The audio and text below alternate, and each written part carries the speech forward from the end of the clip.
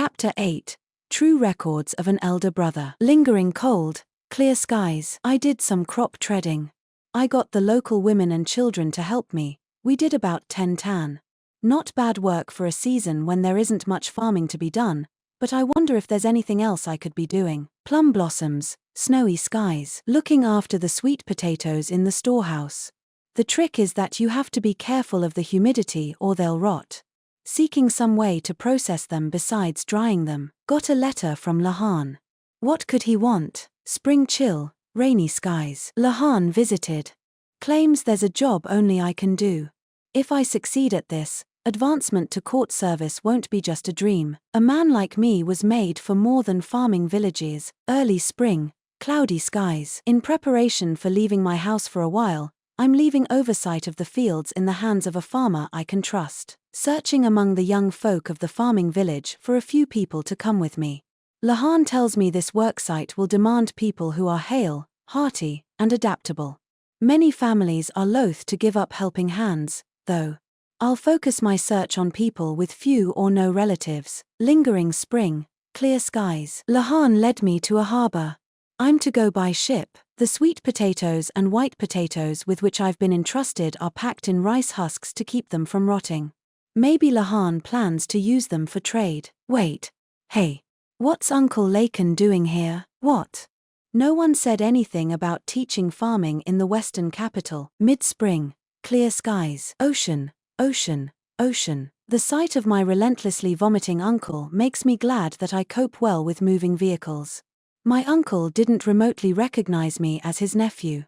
And after I told him my name so many times, I mean, not that I care, there's not much to do on the ship, so I help with cooking in the galley or dangle a fishing line pointlessly into the sea. Call it obvious, but there's no soil to till in the ocean. Spring in the air, cloudy skies. We make a brief stop at the country of Ainan. As a southern land, it has a wide variety of produce. Lots of fruit, but not many dry crops, presumably because the salt wind would damage them. Bought some fruit seeds in the market, wonder if they'll grow in Lee. Spring warmth, clear skies. Arrived in Isii province. Grass and plains as far as the eye can see. Nothing here at all. Lots of land that could make for good fields if cultivated, but water is scarce. We'll have to find a source of water and see if we can set up an irrigation system. Additionally, landfall has substantially improved Uncle Lacan's mood. Vibrant spring, clear skies. We're going to stay in a sprawling mansion in the western capital. Tried to organize my belongings, only to discover the seed potatoes I brought were missing. Apparently they got put in with the physician's cargo and wound up in the medical office. There was a vaguely familiar face there. I think her name is Maomao. She's Lahan's adopted younger sister. For some reason, she calls me Lahan's brother. Come to think of it, I never did introduce myself to her. When I try, she pays no attention. This is why nobody likes the La clan. Its folk never listen. Cherry blossoms, clear skies. I'm to go out to a farming village and teach them how to grow potatoes. Why should I come all the way out to Isii province just to do agriculture? Everyone else seems perfectly relaxed, they all get to do work they already know. This is a pure swindle, is what this is. Why's Lahan have to be so crooked? Geez, actually, this farming village is in rough shape. Don't they care about raising wheat? They're sowing at the wrong time, and they hardly even till the ground, let alone tread the crops. And this soil, it's so meager. Scatter something on it. Anything. Even ash from the ovens would be better than nothing. Spring breeze, clear skies. Isii province sure doesn't get much rain. It's great that I came out to this village with Maomao and her friends and all, but now I'm supposed to spend a while teaching these farmers to grow potatoes. I have a feeling that white potatoes are better suited to the climate here than sweet potatoes. Come to think of it, weren't people talking about a swarm of insects or something? I do feel like there are a lot of grasshoppers around. No matter how many of them you kill, more just pop up in their place. Pain in the neck. I'll dilute the farming chemicals Maomao gave me and scatter them around. Fresh green, clear skies. The midday sun in Isii province is bright and hot, but the nights are freezing cold. These huge temperature swings have me worried for the health of our potatoes. I finished my work at the farming village and went back to the mansion in the western capital. I found a goat there. I guess it belongs to some lady-in-waiting named Chu. Don't go leaving goats around. They eat grass, roots, and all. Nothing will ever grow. They can eat weeds, sure, but if any of those animals started in on the crops, we'd really be in trouble. As if a goat wasn't enough, there was a duck too. I thought that building was supposed to be where the VIPs were staying. Should they really be cramming it full of farm animals? As I was cleaning up my farm implements, a plump older man invited me to tea. He says he's a doctor, but he really reminds me of my great-uncle Luo Men somehow.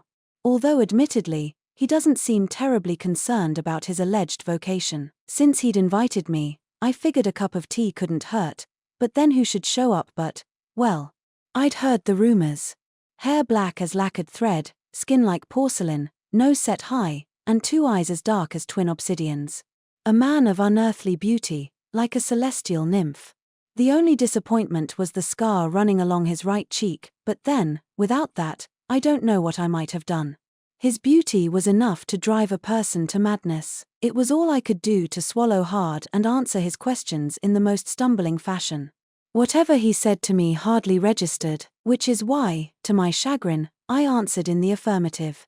I couldn't possibly refuse, and that's how I ended up on a trek across Isii province, a cross-country journey to spread the good word of potatoes. Summer starting, clear skies, creaking and shaking along in a wagon with my potatoes, I journey from village to village. People frequently turn suspicious eyes on me, a stranger in these parts. That's fine, I'm used to it. I remember when Uncle Laken and Lahan chased my grandfather out, I got some truly cold looks from people then. My mother and grandfather kicked and screamed, whereas my father took to farming immediately. I had to ask myself what I was going to do.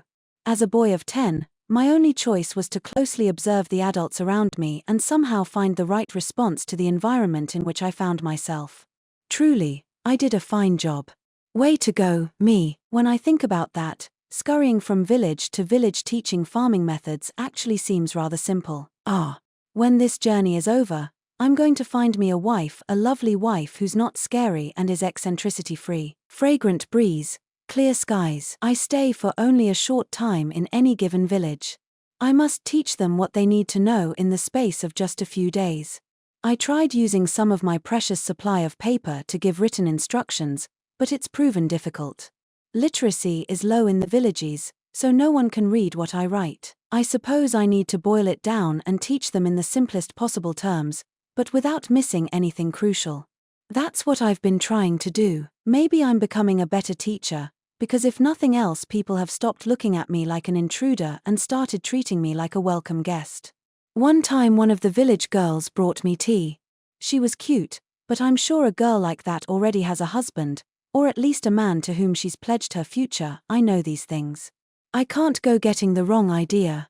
Nobody likes men who think every slight show of decency means a woman is in love with them. It's been interesting getting to know the foodways of this distant land. They seem to use bean sprouts to make up for what they lack in nutrients. I got some of the beans they use for this purpose, and I'll try doing the same thing myself when I get back to the western capital. Fresh leaves, clear skies. I used a pigeon to get in touch with the moon prince. Very convenient, but also very inconvenient, considering they can only go one way. I need a pigeon resupply from the western capital before I run out of birds. I've come quite a ways from the western capital now. Just a little farther, and it will be time to double back. I found a most interesting kind of wheat in this village. I noticed that one field in particular had yielded a remarkably large amount, and when I looked into it, I saw that the stalks were lower than most, so that fewer of them were knocked over. That seems to be why they yielded more than average. Maybe it's sheer coincidence that lower-growing wheat happened to proliferate here. I took seeds and some ears as an intriguing sample. Deep green, cloudy skies. All right, I'm finally halfway there. When this is over, I'm going to get a wife. Believe me, there's something strange about the weather, though. It seems very gloomy, even though it's not the rainy season. When I look up at the sky, I can see a dark cloud on the horizon, and hear a strange sound. The cloud seems to be coming closer. When I really squint, I see that the cloud is a huge swarm of insects. Oh no. They're here. Plum rains, bug-filled skies. The locust's assault continues no matter how many of them we kill. I released the last of my pigeons and told the young farmers who had come with me to head back to the western capital in a hurry. Damn it. All I needed was another 2 weeks. The fields have been ravaged. There's no wheat now, just crushed insects. All our efforts are a drop in the ocean. We are so few against so many. The swarm of insects is enough to blot out the sky, and we can do almost nothing to stop it. We'll all starve at this rate. We have to gather up every last scrap of wheat we can still find. We have to strip bark off the trees, pull grass out of the ground.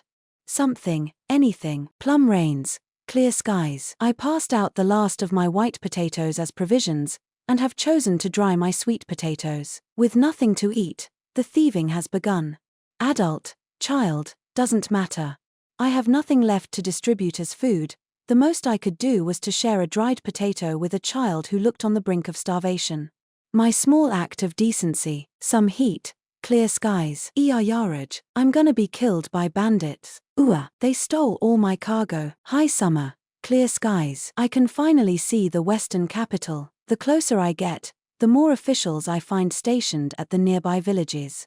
The swarm has caused a stream of refugees from the west, and I'm treated as just another one of them. I feel disgusting. Can't bathe, can't even get a decent meal. When I catch my reflection in water, I see a dirty man, with an unkempt beard and covered in dust. My small change and my dried potatoes are all gone, but I've managed to hold on to my seeds and my mung beans. I've guarded them with my life. After being attacked by bandits and nearly taken for all my potatoes, can you blame me if I don't have much trust in people anymore? Then again, there are those who have done me a good turn. I need to hurry back to the western capital so I can tell them what's going on. Higher summer, clear skies. I finally made it to the western capital. I told them my name, but it didn't seem to mean anything to them. What's with that? I'm sure it's not that my name isn't actually written down anywhere, right? What should I do at a moment like this? Lahan isn't here, and it wouldn't be quite right to drop Maomao's name. My orders technically come from the Moon Prince. All right, it feels a little childish, but this is an emergency. I'll have them summon him for me. I need to yell at the top of my lungs or I won't get a reaction. I tried yelling, and they threw me in some kind of jail cell. Okay, it is really hot now, clear skies. Thankfully, Maomao and the others came to get me, so I'm back in the mansion in the western capital. The food problem is really serious. Things are going to turn ugly if people don't get enough to eat. All I've been able to do for now is to cultivate some modest sustenance. Early autumn, clear skies. Relief supplies arrived from the royal capital. I checked to see if they included any crops that looked like they might grow quickly, but there was nothing there. Most of it was cereals and medicine, but not nearly enough of either. We're getting more and more refugees. Is there no way we can fill everyone's stomachs? I ponder the question as I feed locusts to the goats and duck, along with whatever meager grass is available. Lingering heat, clear skies. I hear we're starting to see cases of malnutrition from lack of food. Maomao says people aren't getting enough vegetables. Should I show her the bean sprouts I've quietly been growing? She also asks me whether there's any way to grow medicinal herbs, but I think that's going to be a tall order in the western capital. I wonder what it is about the medical profession that seems to attract so many weirdos. Not just the likes of Maomao or my great-uncle Luo Men, there's also the little old man who's always inviting me to tea. He says he used to be a physician at the rear palace. He seems like a decent guy, though, so what's the harm? Autumn heat, clear skies. I'll kill that bastard. What's he doing living with 2 eligible young ladies? Early autumn, clear skies. Lahan might have tricked me into coming to the western capital, but if nothing else, I have a front row seat to just how obnoxious politics can be.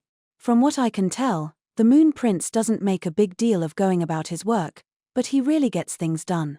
He's trying to nip problems in the bud, but in terms of worldly fame, it's much easier for people to celebrate those who solve problems after they start instead of before.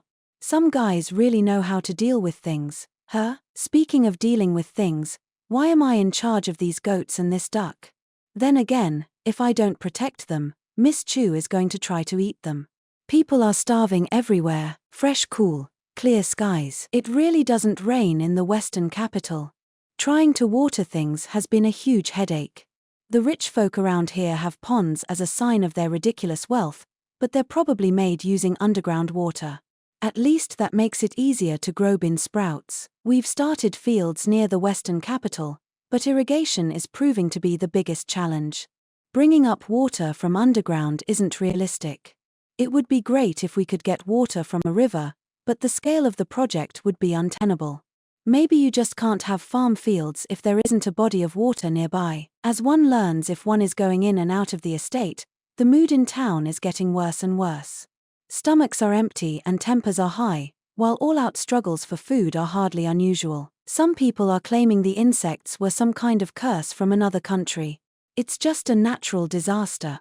How ridiculous can you be? I really don't like the way things are looking out there. Cool breeze, clear skies. It was bound to happen eventually, and it finally has. A mob has closed in on the mansion where the Moon Prince is staying. What's going to happen here? I don't know. I really don't know. Autumn cool, clear skies. Now things make even less sense to me. Gyoku-Oyu, the leader of the western capital, is dead. What the heck is going on? Autumn colors, clear skies. I'm just going to stop thinking about politics. It doesn't make any sense to me. I always thought of myself as reasonably smart, but I'm not made for this. I think I would die of an upset stomach. If Lahan were here, I'm sure he'd just roll with it and keep cranking out work. I'll never beat him in that regard. With Gyoku-Oyu dead, things seem to have turned very serious. The mansion's servants can hardly bring themselves to do their jobs. But none of that has any bearing on field work.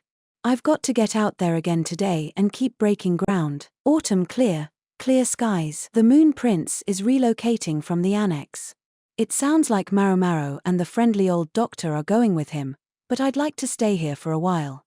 This garden is finally hitting its stride. The groundskeeper may have it out for me, but we're closer to a water source here, and that makes growing easier. Autumn beauty, clear skies. There's a beautiful greenhouse at the main house, where we're moving.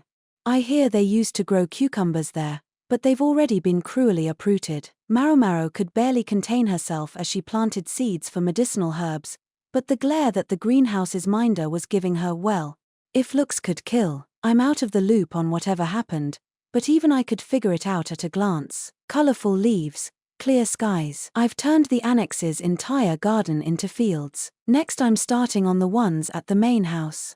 I'm not going about things like Maomao, though. I made sure to get permission from Miss Chu. Someone from the Gyoku clan, a guy named Hulan, gave his approval, too, so I should be in the clear. The friendly old physician helps me out with farm work when he has time to kill, but someone hurt his leg. Some firecracker of the Gyoku family gave it a whack. I think his name was Gyokujun. He sure liked to boss the servants around. Someone better set him straight while he can still change his ways, or who knows what will become of him. The thought occurs to me, I could have been like him, if my mother and grandfather had had more influence on me. If Uncle Laken hadn't snatched the family headship, I might have grown up as a selfish whelp of the La family. Now instead of the physician, his bodyguard Lahaku is helping me. If we can hurry to get this field ready and lay down some shellash, we might be able to plant some wheat, so we're working as hard as we can. A gardener keeps giving me dirty looks, but I got permission. I'm not doing anything wrong. Autumn chill, clear skies. I got a letter from my father asking if I've planted potatoes yet. Shut up. Yes, I've planted them. Lahan doesn't know what Dad is really like. I wonder if he's dealing with being in charge all right. I hope Mom and Grandpa are doing well. They like to lord it over people, but they can be surprisingly fragile. I guess it goes to show what comes of having too much pride.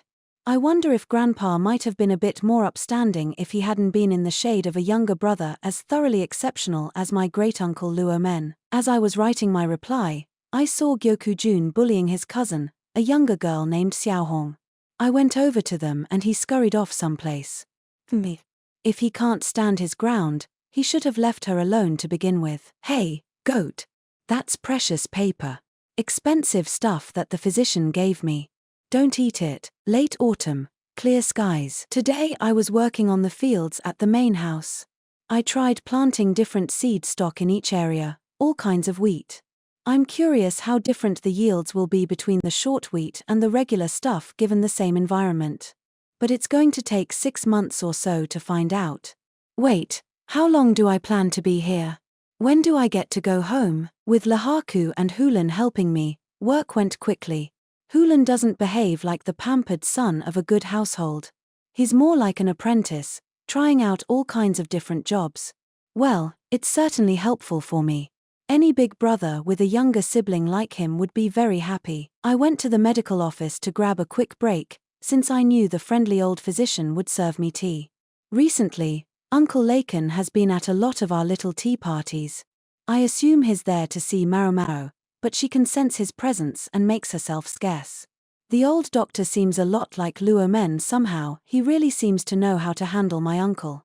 It really brings home how everyone has some special skill or redeeming quality. Uncle Laken wasn't there today, but there was some kid. A boy, probably 12 or 13 years old, not even old enough to have had his coming-of-age ceremony. He's a quick thinker, so they value him for doing small chores. I've seen him around a few times, but I've never caught his name. He said he wanted to introduce himself to me. Ah, he really is a quick one, isn't he? But, hey, your name is Khan Junjia too, huh? Yes, a very common name. I hear it all the time, myself. Wow, so you're your family's oldest son? And your nickname is Hakuyuan? Makes sense. That's just the sort of thing you would call an eldest son. You know, I happen to be the oldest son of my own family. What? You'll use a different name if there's someone else with the same name around? What? Who does that? I mean, no, you don't have to do that. Please don't look at me all resolved like that. I won't give you any grief just because of a shared name. Hey, wait. Hey, I decided to tell him my name was Lahan's brother. Falling leaves, clear skies. There was some kind of commotion at the main house, but I'm busy. Harvesting my soybeans takes priority. Autumn frost, clear skies. Uncle Laken is here all the time trying to see Maomao, and it's obnoxious. I'm amazed the old doctor can stand entertaining him. Miss Chu said Maomao had gone to the port town to do some shopping. That would make sense for a few days, but now it's been 10 days since we saw her. For that matter, I don't see Miss Chu either. Plus, the mood at the main house seems pretty grim. I'm sure something must have happened, but what good would it do for me to say anything?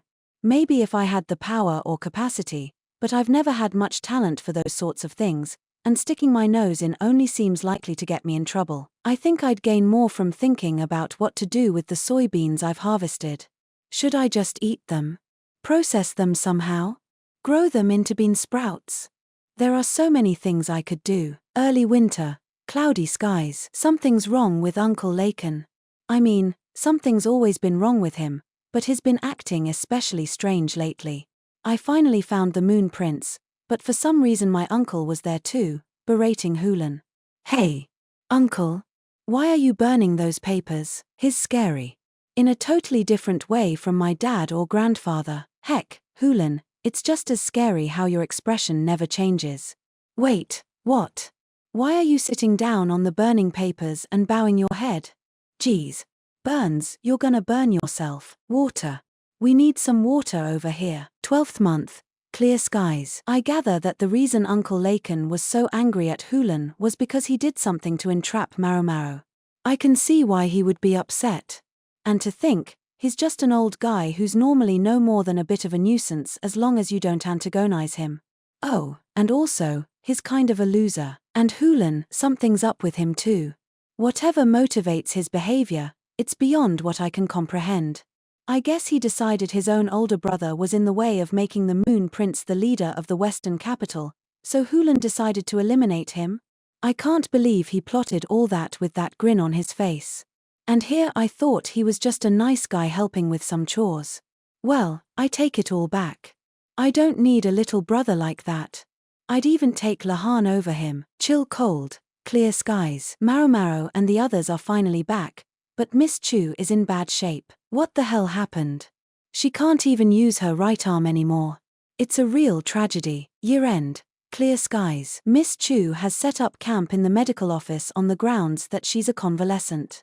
I grant that her injuries are serious, but she's really just using that as cover to lounge around and do nothing. I feel bad for the friendly old doctor, who seems to spend all his time taking care of her. I guess they're finally going to decide who gets to run the Western capital. It won't be the Moon Prince, but apparently a man named Shikyu, Master Gyokuoyu's oldest son.